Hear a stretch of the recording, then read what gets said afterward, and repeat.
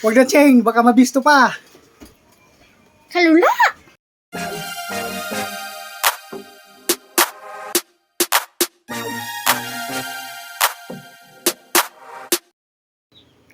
Cheng, anong gusto niyong ulam ngayon? Gulay.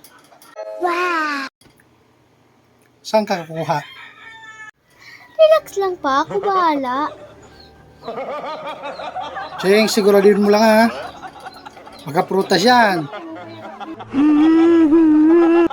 Si Pa, parang walang bilib sa akin. Bola lang yan. Nanigurado lang. Sige na, habang maaga pa. Yes, Pa.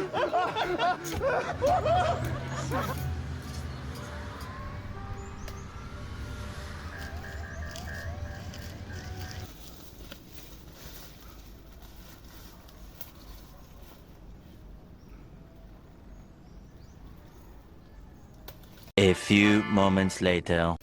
Ito na, Pa. Aba, madiskarte. Pa, ako to. Bola lang yan. Ano yan, nakuha mo, Cheng? Puso ng saging, tapos lubi-lubi. Sarap yan, Cheng.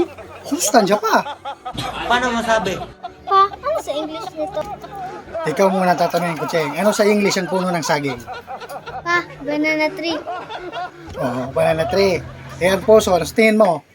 Ano sa English yan? Siyempre, Pa, heart. Oh, di ba heart ang tawag dyan? What? Ano ba naman? Ganun pala. Ito pa, ano tawag dito? Yan, Cheng. Wild peach ang tawag dyan dito sa atin. Wild pichay? Sigurado ka pa? Bakit, Cheng? Saan mo yan nakuha? Dun pa, sa gubat. Oh, sa gubat.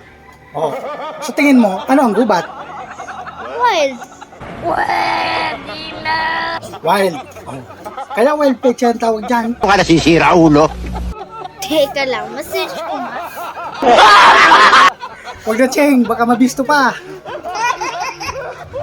Kalula!